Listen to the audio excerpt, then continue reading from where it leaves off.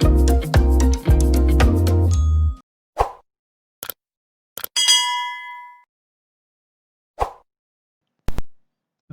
sekarang kita masuk ke bab yang baru, kecerunan dan luas di bawah graf. Jadi dalam buku teks ia adalah bab yang ke-6. Kita mula dengan 6.1. Kuantiti diwakili oleh kecerunan graf. Kecerunan graf adalah sama dengan perubahan kuantiti pada paksi mencancang, iaitu paksi tegak, bahagi perubahan kuantiti pada paksi mengufuk ataupun mendatar.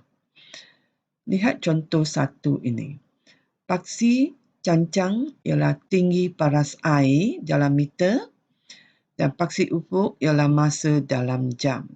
Jadi kecerunan graf itu ialah perubahan tinggi paras air bahagi perubahan masa. Jadi ini bila ada perubahan masa kita kata dia kadar. Jadi kecerunan graf sebenarnya ialah kadar perubahan paras air terhadap masa. Okey, masuk pada 6.2. Graf jarak masa. Jadi bila dia kata graf jarak masa, paksi tegak ni ialah jarak, paksi ufuk ialah masa. Jadi kecerunan graf sama dengan perubahan jarak bahagi perubahan masa. Jadi ia adalah sama dengan kadar perubahan jarak terhadap masa. Dan sebenarnya kecerunan graf jarak masa ni adalah sama dengan laju. Okey, yang kedua. Kecerunan graf jarak masa, kamu dapati ada yang campur, tanda campur atau tolak. Maksud saya, dia memberi kecerunan yang positif atau yang negatif. Tanda-tanda positif negatif ini, ia menunjukkan arah gerakan sesuatu objek. Perkara yang ketiga yang penting, kecerunan. Jangan lupa rumus kecerunan Y2 tolak Y1 bahagi X2 tolak X1. Ataupun kalau kamu guna Y1 tolak Y2, maka kamu kena bahagi X1 tolak X2. Okey, rujuk graf di tepi ni, laju adalah sama dengan kecerunan graf, iaitu sama dengan 300 tolak 100. Ini ialah paksi tegak, unitnya kilometer, bahagi 3 tolak 1. Unitnya jam, ini sama dengan 200 km per 2 jam, memberi kita 100 km sejam. Okay, lihat contoh 2. Kamu diberi graf jarak lawan masa. Dan graf ini ialah macam ini, dia naik, lepas itu mendatar dan menurun. Kamu dikendaki hitung tempoh masa bas itu berhenti. Sebenarnya bas berhenti bererti jaraknya tak ubah, yang ini. Jadi soalan minta tempoh masa, dia nak masa. Jadi jawapan untuk 2A, masa sama dengan 6 tolak 2, iaitu 4 jam. Untuk B, kamu kena hitung laju bas itu dalam masa 4 jam yang terakhir. 4 jam yang terakhir ialah yang belakang ini, yang akhir ini. Jadi kamu kena cari kecurunannya untuk laju. Jadi jawapannya adalah sebegini. Laju sama dengan kecurunan, iaitu sama dengan sini, kecurunan garisan ini. Jadi kita ambil titik ini dulu. Jadi ia adalah 0 tolak 120. Jadi kamu kena bahagi 10 tolak 6 ya. Jadi kamu akan dapat negatif 120 km bahagi 4 jam. Ini memberikan negatif 30 km sejam. Jadi untuk laju ambil nilai 30 km sejam dah cukup. Tanda negatif menunjukkan bas dalam perjalanan kembali ke titik permulaan. Okey, soalan C. Hitung purata laju bagi seluruh perjalanan.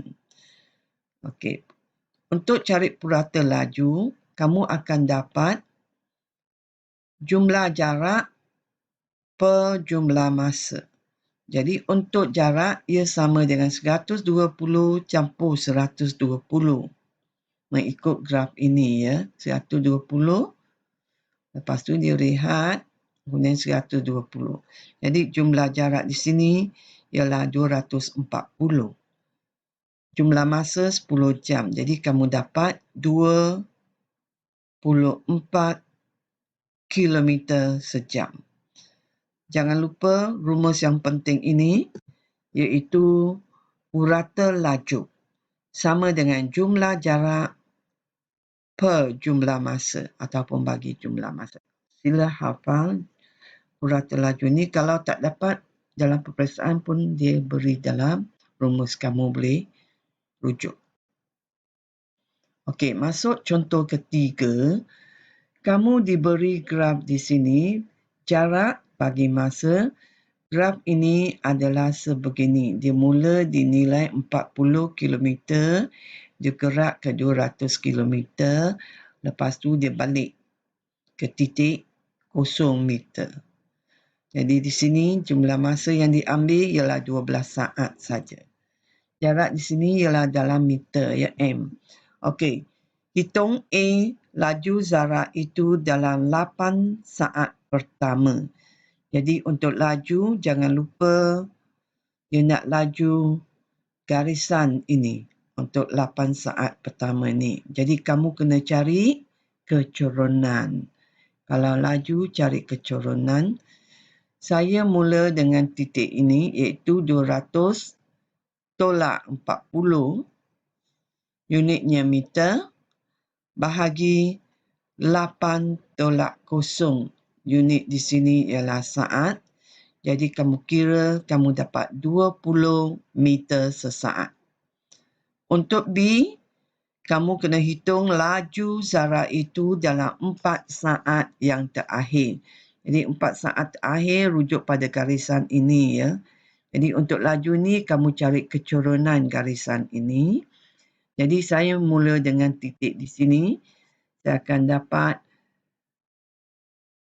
0 tolak 200. Jadi 0 tolak ini 200 ya. Bahagi 12 tolak 4 saat. Jadi kamu akan dapat negatif 200 per 4 iaitu negatif 50 meter sesaat. Jadi soalan minta laju, kita ambil nilai positif saja. Tanda yang di depan ini negatif menunjukkan arah gerakan. Arah dia balik ke titik ataupun dia kembali ya. Objek itu kembali ke titik permulaannya. Jadi laju sama dengan 50 meter sesaat. Soalan C. Hitung jumlah jarak yang dilalui oleh Zara. Jadi untuk jumlah jarak, kita ambil di sini. Kita ambil 200 tolak 40 ya, sebab ini memang paksi jarak. Dia mula dengan 20 meter, dia gerak ke 200 meter. Jadi jumlah jarak yang dilalui, kamu kena tolaklah 200 tolak 40. Lepas tu campur jarak sini ke sini ialah 200. Jadi hasilnya 360 meter. Soalan D. Hitung purata laju bagi seluruh perjalanan.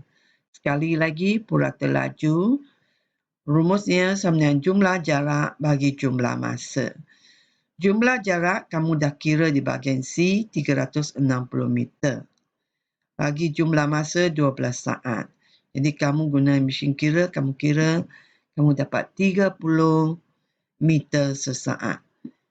Inilah contoh 3. Sekian. Buatlah latihan berikut, rujuk buku teks, muka surat 163, latihan 6.1 A. Muka surat 167, latihan 6.1 C dan muka surat 170 latihan 6.1D. Sekian untuk subtopik ini.